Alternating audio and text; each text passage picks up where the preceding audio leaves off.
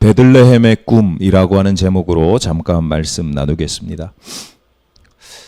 지난 한 2, 3주 동안 개인적으로 만나는 분들하고 사석에서 이야기를 나누게 되는 가장 주된 관심사가 이제 현 정치 상황인 것 같습니다. 이게 정치 상황이라고 해야 될지는 모르겠지만 그렇게 그냥 쉽게 표현하겠습니다. 저도 마찬가지예요. 사석에서 뭐 아주 간단하게 그냥 만나는 사람들이든 뭐 대부분 주제, 소재가 그런 건데 평소에 뭐 정치나 이런 것에 전혀 관심도 없거나 또는 말을 아끼거나 뭐 그런 쪽으로 전혀 이야기하지 않으시는 분들도 한두 마디씩은 꼭 하시더라고요. 그러니까 관심사가 다 지금 거기에 쏠려 있는 상황이죠. 근데 뭐 얘기를 자꾸 이렇게 듣거나 나누다 보면 뭐 했던 얘기 또 하게 되고 듣던 얘기 또 듣게 되는 것 같아요. 그래서 제가 이렇게 보게 되는 것은 말의 내용이 아니라 그 사람의 눈빛이나 감정을 보게 되는데 참 안타까운 게 대부분 부정적인 감정들이 많죠. 그러니까 불안이라든가 분노라든가 우울감이라든가 무기력함이라든가 뭐 그런 부정적인 감정들을 가지고 이렇게 이야기를 하는. 한 번은 제가 친하게 지내는 선배 목사님과도 그런 짧은 이야기를 나누는데 그분도 비슷한 이야기를 하시더라고요. 그날 밤 이후로 개인적인 이야기인데 그분 개인적인 이야기인데 그날 밤 이후로 기운이 안 난다는 거예요. 그러니까 목사로서 이 땅을 살아가고 설교자로서 사람들한테 무슨 이야기를 해야 되는데 무슨 이야기를 얼마나 어떻게 해야 될지도 잘 모르겠고 내가 이 땅에서 살아가면서 목회자로서 성직자로서 설교자로서 예언자로서 내가 도대체 어떤 역할을 하고 있느냐에 대한 무기력감 뭐 이런 것들이 있었다 그런 이야기를 하시더라고요. 그렇게 스스로 막 느끼고 있는데 그분 사모님이 이렇게 말씀을 하시더래요. 여보 나는 무척 기대가 돼요. 이렇게 얘기를 하더래요. 그러니까 똑같은 현상을 보고 똑같은 상황 속에 있는데 대부분의 사람들은 절망과 무기력과 뭐 부정적인 그런 감정에 사로잡혀 있는데 목사도 예외는 아니죠. 목사들이 자주 하는 저도 마찬가지로 자주 하는 설교 내용 중에 뭐 이런 것들이 있잖아요. 뭐 동이 트기 전 새벽 가장 어두운 새벽 동이 트기 직전의 새벽이 가장 어둡다. 그러니까 무슨 얘기예요? 가장 어두울 때일수록 이제 동틀 때가 되었다라는 뜻이잖아요. 머리로는 잘 알아요. 설교를 해야 되니까 성경을 묵상하고 성경을 읽고 설교를 해야 될 때 하나님의 말씀 가운데 이런 것이 있다라는 걸 머리로는 아는데 그런데 막상 깊은 새벽과 같은 현실을 지내고 있을 때 곧 이어 환하게 동이 터올 모습을 볼 수 있는가? 몸과 마음이 그것을 바라보고 있는가? 이 차원이 다른 거죠. 그런데 그 사모님은 똑같은 상황 속에서도 무척 기대가 돼요 라고 하는 건 무슨 얘기예요? 이후의 상황을 본다는 거예요. 이후에 더 나아지는 모습, 더 발전된 모습, 변화된 모습 이런 걸 본다는 거예요. 그러니까 그 사모님 성향에서는 이런 거예요. 예를 하나 들자면 촛불 탄핵을 촉구하는 집회에 젊은 청년들이 무슨 응원봉? 아이돌 응원봉을 가지고 이렇게 막 흔들면서 시위하는 모습이 보기에 좋았나 봐요. 그러니까 젊은이들이 정치에 무관심하다라고 늘 생각하고 우울했었는데 젊은이들이 어떤 모습으로든 정치에 적극적으로 참여를 하니 한국 사회의 미래가 한국의 미래가 밝다. 여러분 어떤 형태로든요. 젊은이들이 정치에 관심이 있어야 돼요. 그러지 않으면 지배자라고 하면 안 되죠. 하여튼 백성들이 정치에 관심을 가지고 똑바로 지켜봐야 돼요. 이게 감시하지 않는 권력은 항상 어떤 권력도 부패하기 마련이기 때문에 항상 깨어서 봐야 되는데 그 모습을 보니까 이 사모님은 기대가 된다 이렇게 이야기를 하는 거예요. 소망이 있다. 뭐 현 시국에 대한 이야기는 뭐 우리가 모두 이런 관심을 가지고 있기 때문에 그냥 예를 하나 든 것뿐이고요. 어떠한 경우라도 마찬가지예요. 이제 그 상황을 여러분 자신의 삶 속에 한번 적용시켜 보세요. 내 삶 속에서 나는 지금 요즘 나는 무엇을 기대하고 살아가는가? 내가 뭐 과연 기대하는 게 있나? 대부분 그냥 하루하루 이걸 어떻게 버텨나갈까? 이런 삶 말고 내가 한 달 후에는 어떤 일이 일어날 것인지, 1년 후에는, 10년 후에는 내가 무슨 기대를 가지고 살아가는가, 어떤 소망을 가지고 살아가는가. 그 목사님이 당신 사모님 이야기를 전할 때 제가 딱 그 이야기를 딱 듣자마자 제가 뭐라고 그랬냐면, 목사님, 사모님이 이 시대의 선지자입니다. 제가 그렇게 얘기를 했어요. 왜냐하면 선지자들이 하는 얘기들이 한참 잘 나갈 때는요, 심판이 있어 막 이렇게 선포를 하고요, 막 한참 절망 가운데 막 어떻게 할지 모를 때, 포로로 잡혀갈 때, 그럴 때는 하나님을 바라보십시오, 하나님께서 여러분의 소망이 되어 주십니다 라고 이야기를 하거든요. 저는 사모님의 그 이야기가 예언자의 예언처럼 들렸고, 그리고 예수께서 전해주신 복음과도 일맥상통한다라고 그렇게 이야기를 했어요. 그 목사님이 겸손하게 이렇게 표현을 하더라고요. 아니라고, 그냥 당신이 이렇게 우울해하고 무기력하고 있으니까 위로하고 격려하기 위해서 그러는 것 뿐이라고, 그렇게 겸손하게 이야기하면서도 뭐라고 이야기하시냐면, 목사인 내가 정신을 잃고 있을 때, 정신을 내려놓고 있을 때 한 번씩 큰 깨달음을 준다고 이렇게 표현을 하시더라고요.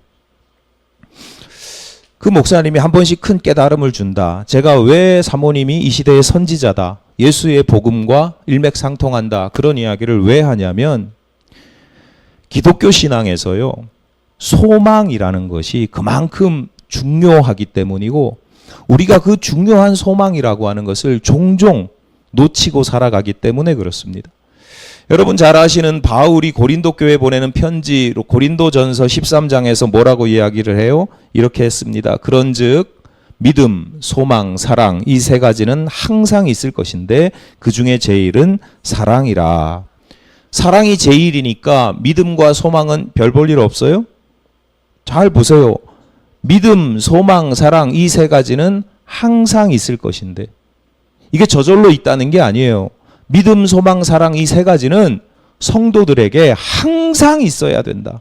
그러니까 성도들이 항상 가지고 있어야 될 세 가지가 있다면, 죽을 때까지 항상 가지고 있어야 될 세 가지가 믿음과 소망과 사랑. 믿음이 있어야 구원을 받지요. 믿음은 예수께서 구원자로 오시고 화목제로 돌아가셨다라고 하는 과거의 사실만 믿는 게 아니고, 그래서 지금 내가 현재와 미래에도 구원을 받을 것이다.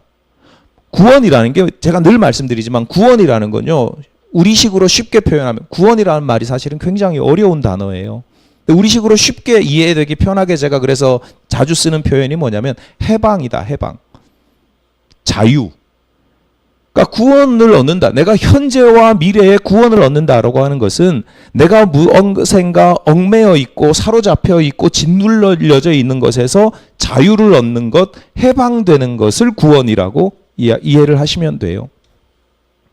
그러니까 내가 과거에 예수께서 이 땅에 오셔서 내가 예수를 믿으면서 구원을 받는다고 하는 건 과거의 일만이 아니고, 지금 내가 현재 나를 짓누르고 있는 우울과 분노와 무기력과 뭐 여러 가지 상황들이 있잖아요. 미래에 대한 불안도 있고, 그런 것에서부터 벗어나는 것, 구원을 받을 것이라고 하는 믿음, 하나님의 의가 결국은 최후의 승리를 거두게 될 것이라고 하는 소망의 믿음이에요. 그러니까 믿음을 가진 사람은 늘 소망이 있어요. 그러니까 믿음과 소망과 사랑이라고 나눴지만 이 세 가지가 항상 있을 것이다 라고 하는 것은 뭐냐면, 이 믿음과 소망과 사랑이 다 연결이 된다는 거예요. 믿음과 소망과 사랑, 이 세 가지는 항상 있을 것인데 그 중에 제일은 사랑이라 라고 하는 이유가 뭐냐면, 믿음과 소망은 그게 성취가 되고 나면 없어요. 아주 쉽게 얘기해서, 여러분 하늘나라 갔어. 어떤 식으로든 하늘나라 가셨어요? 거기서도 믿음과 소망이 필요해요? 거기선 사랑만 필요해요. 그렇죠. 그래서 사랑인 거지. 믿음과 소망과 사랑은 다 연결이 돼 있어요. 믿음이 있으면 소망이 생기고, 소망이 있으면 넉넉한 마음으로 사랑할 수 있게 되는 겁니다. 그래서 바울이 로마의 성도들에게 축복의 인사를 이렇게 전합니다.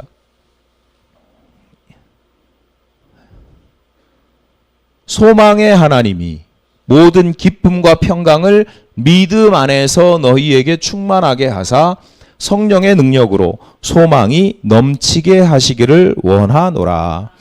바울이 우리가 믿는 하나님을 뭐라고 고백하고 뭐라고 선포하냐면 소망의 하나님이래요. 세번역 성경으로 한번 보실게요. 소망을 주시는 하나님께서 믿음에서 오는 모든 기쁨과 평화를 여러분에게 충만하게 주셔서 성령의 능력으로 소망이 여러분에게 차고 넘치기를 바랍니다. 소망의 하나님을 세번역 성경에서는 소망을 주시는 하나님 이렇게 번역합니다. 그 하나님께서 성도들에게 믿음으로 말미암아, 그러니까 믿음을 가진 성도들은 그 믿음 때문에 성도들이 기쁨과 평강을 충만하게 누린다는 거예요. 그래서 나아가 성령의 능력으로 말미암아 우리의 삶에 소망이 차고 넘치게 하신다. 여러분, 우리가 믿는 하나님은요, 사랑의 하나님이기도 하고 뭐 여러 하나님, 승리를 주시는 하나님, 여호와 일의 하나님 다 좋지만 우리의 하나님은 소망을 주시는 하나님입니다. 그래서 믿음이 좋은 사람들, 믿음이 좋을 때, 사람이 이렇게 성도들이 믿음이 좋을 때도 있고 어떨 때 보면 이렇게 뭐라 그러죠? 오르락내리락 하잖아요. 그러니까 믿음이 좋을 때 또는 믿음이 좋은 성도들에게 나타나는 현상 중에 하나가 뭐냐면 소망이 차고 넘쳐요. 근데 믿음이 안 좋을 때, 믿음이 없을 때, 그럴 때 나타나는 현상 중에 하나가 낙담하고 절망하고 뭐 그러는 거예요. 믿음 안에서 소망이 넘치기 때문에 믿음 안에서 기쁨과 평화가 차고 넘치기 때문에 소망을 갖기도 하고, 소망이 차고 넘치기 때문에 기쁨과 평화도 차고 넘치는 그런 현상들이 반복적으로 선순환을 하는 거죠. 여러분, 뭐 어떤 면에서는 우리나라가 국가적으로 엄중한 시기를 보내고 있습니다만, 뭐 우리가 이 나라에 살고 있기 때문에 그런 엄중한 시기에 영향을 받을 수밖에 없잖아요. 근데 이런 시기가 아니라도 우리가 때로는 내 인생에 좀 힘들고 엄중하고 어려운 뭐 그런 시기를 보낼 때도 있습니다. 이런 가운데에서도 그 세상이 주는 소망이 아니라 하나님께서 차고 넘치게 하시는 소망이 있기를 바랍니다. 그래서 그 시기를 지날 때, 그리고 지나고 나서 내가 믿는 하나님은 나에게 소망을 주시는 분이야. 바울의 고백처럼, 바울의 선포처럼 내가 믿는 하나님은 나에게 어떻게 이 상황 속에서도 당신은 기쁨과 평안을 누릴 수 있습니까? 라고 이야기할 때 내가 믿는 하나님은 나에게 늘 소망을 주시는 분이야 라고 고백하고 간증할 수 있는 찬송하게 되시기를 간절히 바랍니다.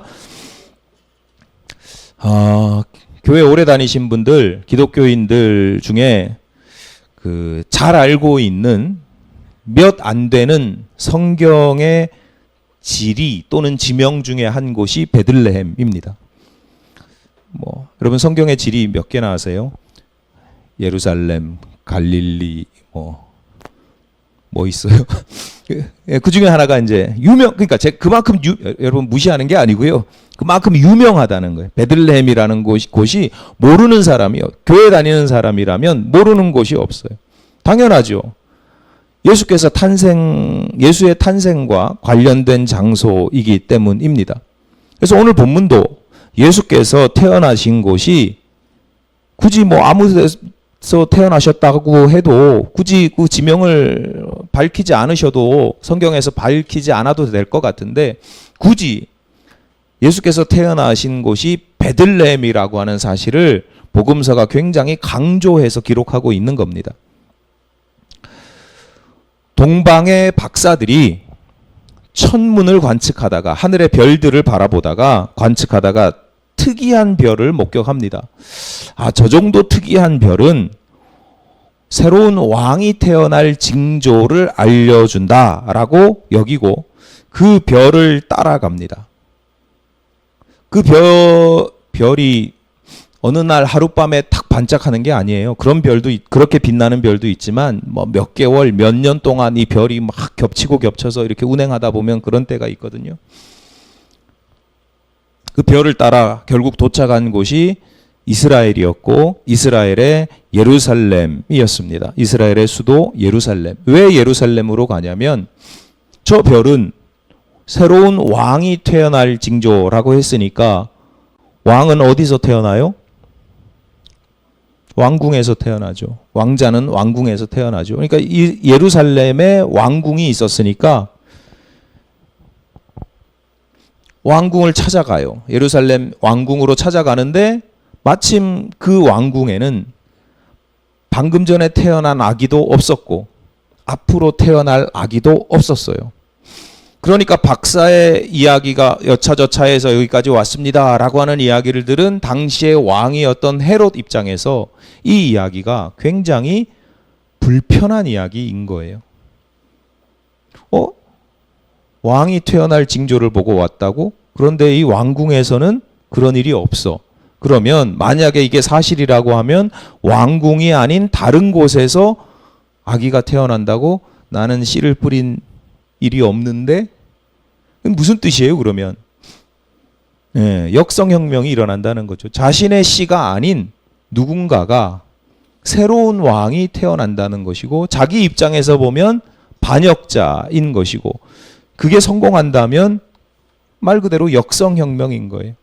왕이 바뀐다는 건 그러니까 내 아들이 아닌 누군가 역성혁명으로 역성혁명이 뭐예요?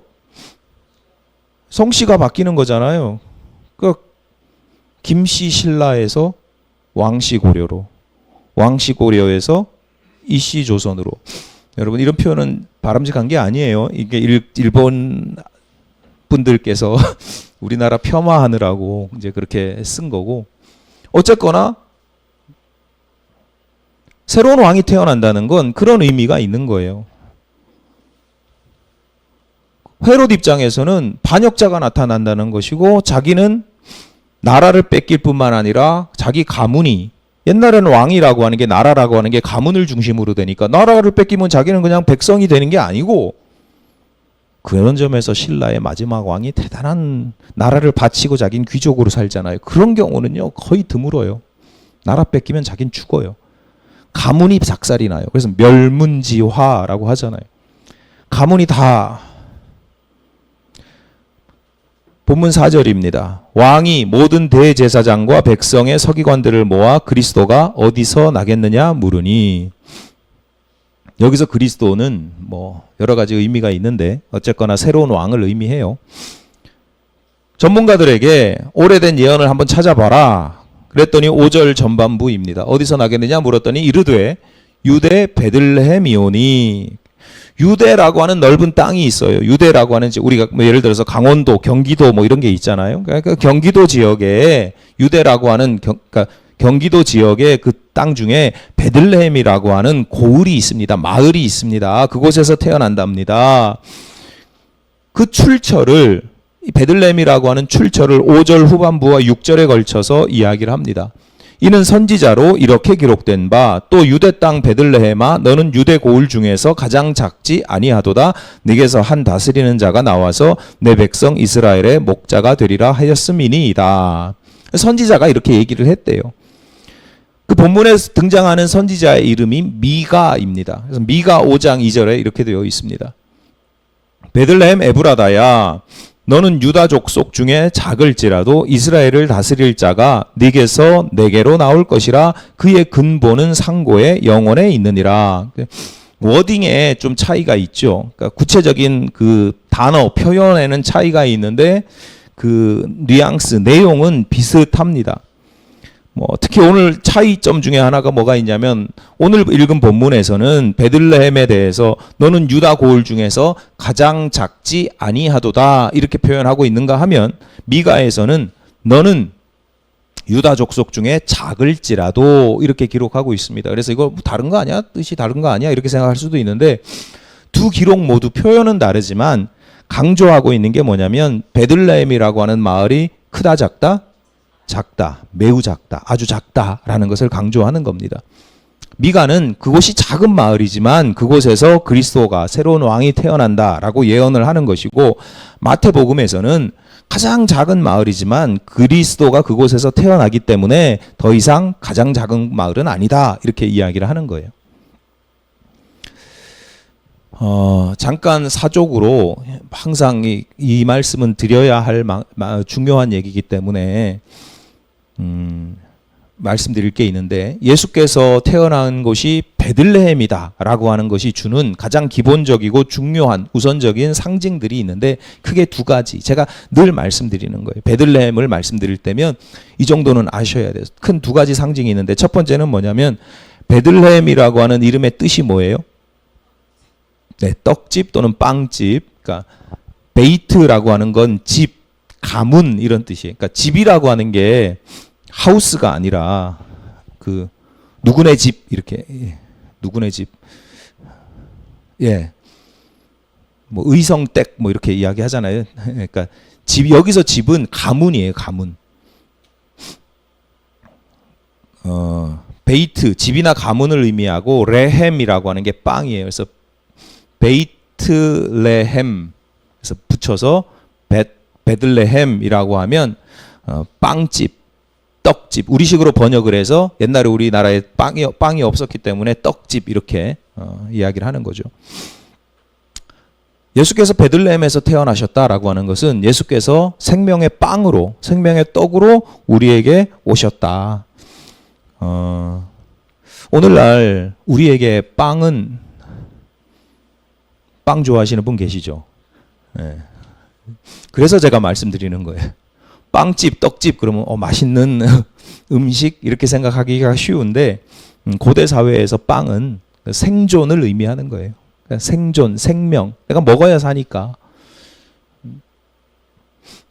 예수께서 나에게 빵을 주신다, 생명의 빵으로 오셨다라고 하는 건 나를 살게 하시는 분, 나의 양식으로 내 생명을 유지시켜 주시고 나를 생존케 하시는 분으로 오신다라는 뜻이에요. 근데 예수께 빵이 많아서요? 돌들로 들판에, 광야에 흩어진 돌들로 빵을 만들 수 있어서 빵을 나눠주시는 분이에요? 그게 아니에요. 그게 이제 세상에서 이야기하는 제국주의자들, 또는 뭐 우리가 흔히 사회에서 뭐 무슨 소득과 분배를 이야기할 때 뭐 그런 논리들인데, 아니에요. 예수는 당신의 생명을, 당신의 몸을 빵으로 내어 주신단 말이죠. 당신의 살과 피를 내어 주시는 거예요. 그래서 이거는 사랑, 지극한 사랑을 의미해요. 자기 자신을 내어줄 만큼 지극한 사랑을, 예수께서 전하신 복음의 내용도 그런 거잖아요. 친구를 위해서 자신의 생명을 내어줄 수 있는 사랑이 진짜 최고의 사랑이다 라고 말씀하시고 당신이 십자가에 달려 돌아가셨단 말이죠. 그러니까 우리가 성찬을 받을 때마다, 이제 새해에 또 우리가 성찬 예식을 할 터인데, 성찬을 받을 때마다 예수의 살과 피를 먹는 식인의 풍습이 아니라 그 자신의 살과 피를 내어놓는 그 사랑, 그로 말미암아서 내가 생명을 얻는, 누군가의 생명을 대신해서 내가 생명을 얻는 그 사랑에, 우리가 사랑을 이해하고 그 기쁨과 감동을 누릴 수 있어야 되는, 엄청나게 그냥 큰 사랑이 아니라 엄숙하고 그 고귀한 사랑을 기억하고 기념하는 것이 그게 성찬이다. 그런 상징, 그런 일맥상통한 주제, 그런 주제에 일맥상통하게 예수께서 태어난 곳이 베들레헴이라고 하는 것이 갖는 중요한 의미가 있다. 베들레헴이 보여주는 두 번째 의미가 있어요. 오늘 주제하고도 연결이 되는 건데, 베들레헴은 일찍이 아주 유명한 사람의 고향이었어요. 누구게요?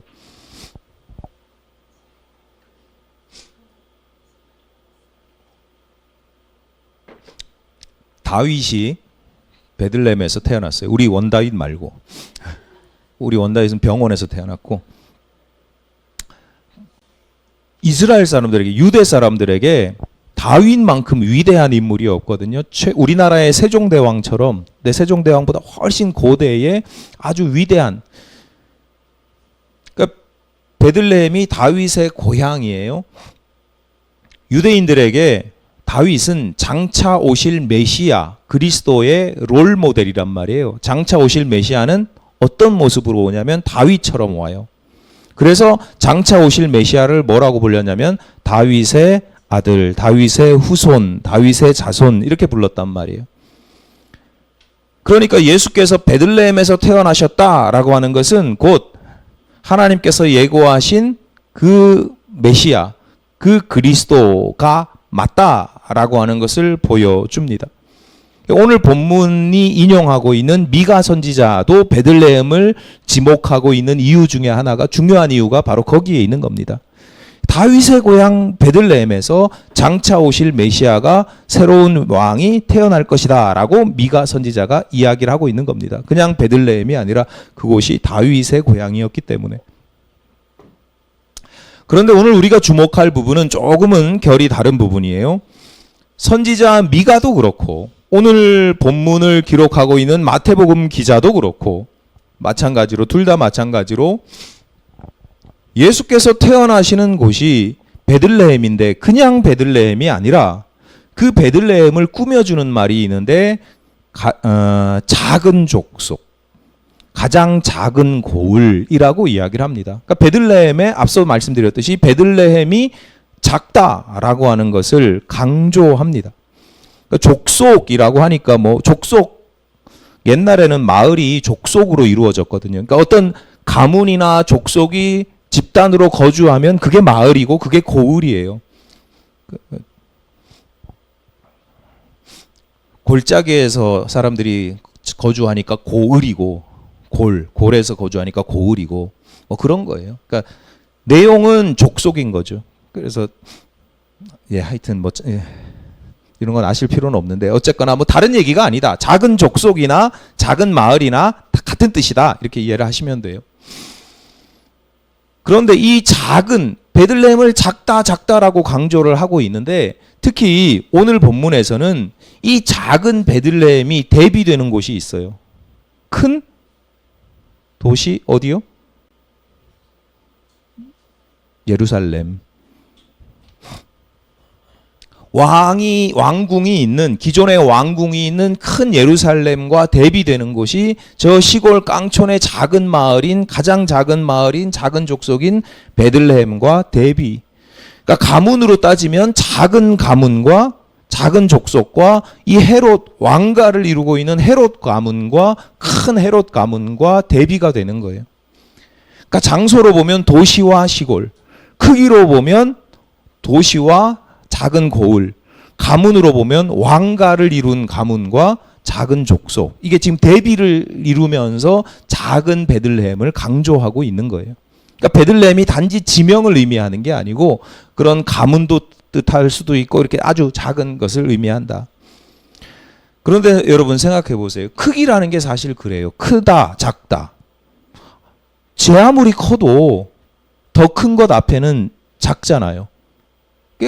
크기라는 게 그래요. 아무리 작아도 더 작은 것에 비하면, 이 대비하면 자기는 크다라고 볼 수도 있는 거죠. 베들레헴이라는 마을이 그래요. 그 베들레헴이라고 하는 지명이 구약 성경에 아주 종종 등장하거든요. 그러니까 이 베들레헴이라고 하는 것이 아주 황무지나 광야는 아니고 사람이 살던 동네예요. 그러니까 앞서 말씀드렸듯이 소년 다윗이 태어나고 자라고 뛰어놀면서 양을 치던 곳이에요. 사람 사는 곳이에요. 그런데 왕이 태어날 만한 곳은 아닌 거죠. 시골 촌동네예요. 그런데 선지자 미가는 바로 그런 곳에서 새로운 왕이 태어난다. 그냥 왕도 아니고 다윗처럼, 다윗의 후손, 그러니까 다윗처럼 역사상 가장 위대한 왕이 그곳에서 태어난다라고 예언하고 있는 것입니다. 하나님께서 그렇게, 예언이라는 건 그렇잖아요. 내가 선포하고 싶고 내가 기대하고 내가 예측된다고 하는 게 아니라 하나님께서 그 시대에 소망을 주시면서 선포하시는 말씀이거든요. 오늘 예수를 믿는 우리들에게 베들레헴, 우리가 예수를 믿고 있기 때문에, 예수를 알고 있기 때문에, 여러분 베들레헴이라고 하는 지명을 모르는 사람이 없잖아요. 앞서 그래서 말씀을 드린 거예요. 여러분 우리에게는 베들레헴이라고 하는 곳이 결코 작은 마을이 아니고 예수께서 태어나신 곳이니까 엄청나게 의미가 있고 중요한 마을이죠. 제가 성지 여행을 가서도 베들레헴을 꼭 들러서 거기 베들레헴 탄생교회 뭐 이런 거 다 보고 온단 말이에요.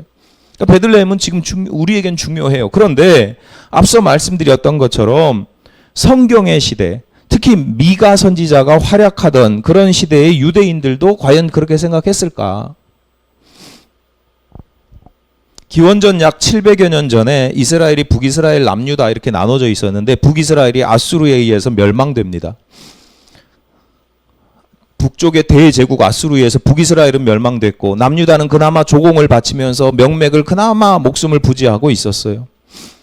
나라가 위기에 빠지면 지도자들이 정신 바짝 차리고 백성들을 돌봐야 되잖아요. 그래서 백성들이 하나로 똘똘 뭉쳐서 위기를 극복해야 되잖아요. 건강한 공동체는 그런 식으로 위기를 극복하고 그 위기를 극복하면서 더 발전합니다. 그런데 망하는 공동체의 현실은 다릅니다. 외부의 위기가 생기면, 어려움이 생기면 힘들수록 이기심이 커져요. 다 힘든데 나라도 살아야 돼. 뭐 이렇게 되는 거죠. 불안해요. 불안한 마음에 남들보다 조금이라도 더 가지고 있어야 돼요. 그런데 그런 이기심을 발휘할 수 있고 누구나 다 이기심이 있고 누구나 다 불안한 마음이 있지만 그게 행동으로 나타나는 사람들은 힘이 있는 사람들이에요. 강한 사람들이에요. 그런 사람들이 부정한 방법까지 다 동원을 해요. 힘없는 사람들을 억압하고 착취하고 빼앗습니다. 여러 예언자들이 여러 예언서를 통해서 전하고 있는 그 당시 남유다의 현실이었어요. 오늘날 기독교인들이요, 개신교인들이요, 예언서를 좀 읽을 필요가 있습니다.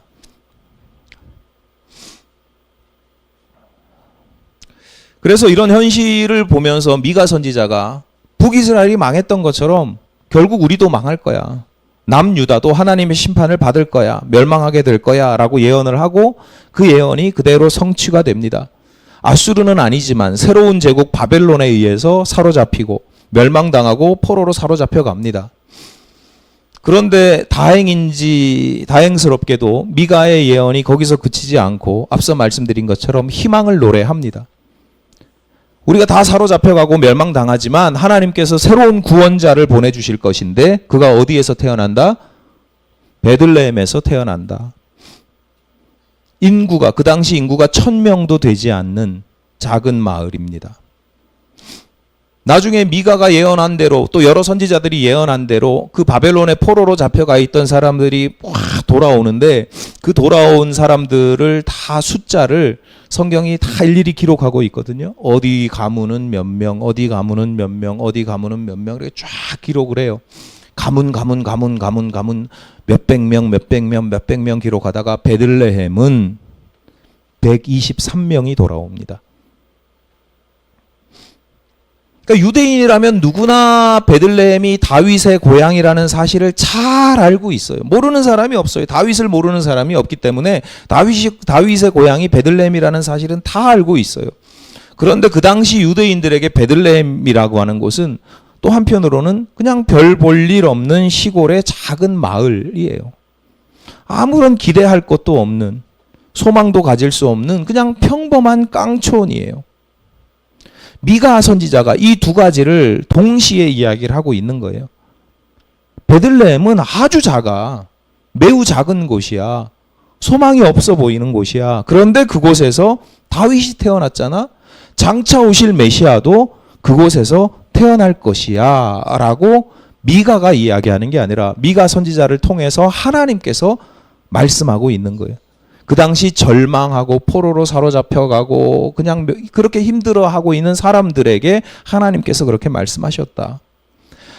앞서 우리가 믿는 하나님은 소망의 하나님, 즉 소망을 주시는 분이라고 말씀을 드렸습니다. 그런데 하나님은요, 어떤 곳에 소망의 메시지를 전하십니까? 어떤 사람들에게 소망을 주십니까? 좀 역설적이라고 볼 수도 있지만 소망이 필요한 곳은 어디예요? 소망이 없어 보이는 곳. 소망이 없어 보여요. 그래서 많은 사람들이 소망이 아닌 절망을 느끼면서 낭망하면서 살아가요.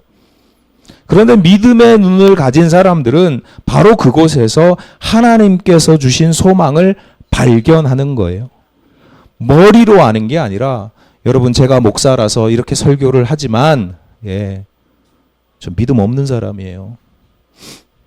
왜냐하면 전 머리로 아는 사람이에요. 머리로 아는 거 하나도 안 중요합니다.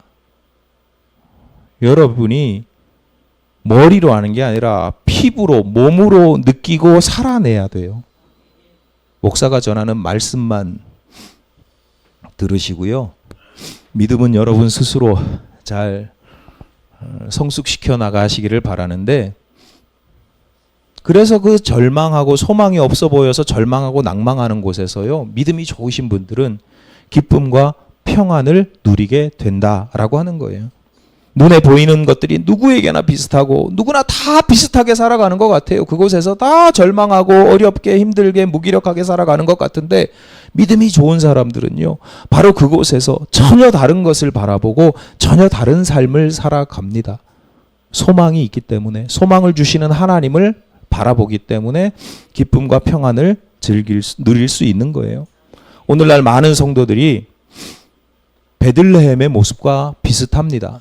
베들레헴, 한때 잘 나갔던 시절이 있잖아요. 다윗이 태어났던 곳이니까. 유다의 통일 왕국을 이뤘던 다윗이 태어난 베들레헴 사람들 얼마나 자부심이 있었겠어요. 지금도 어디 누가 시골에서 어디 아들이 저기 서울대만 들어가도 현수막 걸고 누구 집 아들내미가 뭐 축하한다고 현수막 막 걸리잖아요. 얼마나 자긍심이 있었겠어요. 오늘날 많은 성도들이 한때 과거에 내가 잘 나갔고, 내가 은혜 받았고, 내가 이런 일을 했고, 내가 이런 신앙 체험이 있었고 라고 하는 자긍심을 가지고 살아갑니다. 그래서 하나님께서 함께 하시면 엄청난 일이 이루어진다라는 것을 지식적으로는, 기억으로는, 과거의 경험으로는 잘 알고 있습니다. 그런데 뭐가 중요해요? 지금 현재 내가 살아가는 삶의 내용, 내가 지금 보이고 있는 믿음의 내용을 보면 그저 별 볼 일 없는 인생, 하찮은 신앙인으로 살아가는 경우가 허다합니다. 내 인생에 뭐 기대가 없어요. 여러분, 과거에 내가 막 은혜 받았을 때 신앙적으로 잘 뭔가를 대단히 이루었다는 게 아니에요. 내가 막 은혜가 충만할 때 보면요, 기대가 있어요. 기대가. 스스로에 대한 기대도 있고 한국 교회에 대한 기대도 있고 그런 기대가 있어요. 그런데 오늘날 많은 성도들이 소망하는 것, 기대하는 것, 바람직하다는 걸 머리로는 아는데 지금 나에게는 그게 사치라고 여깁니다. 특별한 사람에게나 있을 수 있는 일로 여기고, 저처럼 주변 사람들에게 잔소리나 하는 거예요. 야, 나 때는 말이야 이랬어. 넌 그래야 돼. 쥐는 하나님께서 미가 선지자를 통해서 전혀 그렇지 않다라고 지금 말씀하고 있는 거예요. 작고 하찮은 내 인생, 초라한 내 삶의 자리가 구주 예수께서 임재하는 자리가 될 수 있습니다. 나아가 재림 예수께서 강림하시는 곳이라고 지금 예언하고 계시는 것입니다. 여러분, 작고 초라하다고 절대로 주눅들지 마시고 절망하지 마십시오. 하나님은 예루살렘의 헤롯 왕가가 아닌 베들레헴을 주목하시고, 그 베들레헴의 작은 마을에 예수의 부모도 마찬가지잖아요. 요셉과 마리아. 얼마나 작고 초라한 사람들이에요. 이름 없는 사람들. 우리가 지금 예수를 믿으니까 그 이름을 기억하고 있는 거지. 요셉과 마리아 흔한 이름이에요. 영희하고 철수예요. 우리 교회는 영희 철수가 없네. 누가 있어요? 은희 그런 아주 흔한 사람들이야. 아무런 하찮다는 표현은 그렇고 아주 흔한 그냥 평범한 사람들이에요. 그런 사람들에게 베들레헴에서 장차 메시아가 태어날 것이다 라고 하는 건 그런 사람들에게 꿈과 희망을 주시는 거예요. 소망을 선포하시는 거예요. 하나님께서 주신 베들레헴의 꿈, 베들레헴에게 주신 꿈, 또는 그래서 베들레헴이 꾸는 꿈을 가지고 기대하는 마음으로 주님께서 오실 길을 준비하시는 저와 여러분이 되시기를 간절히 바랍니다.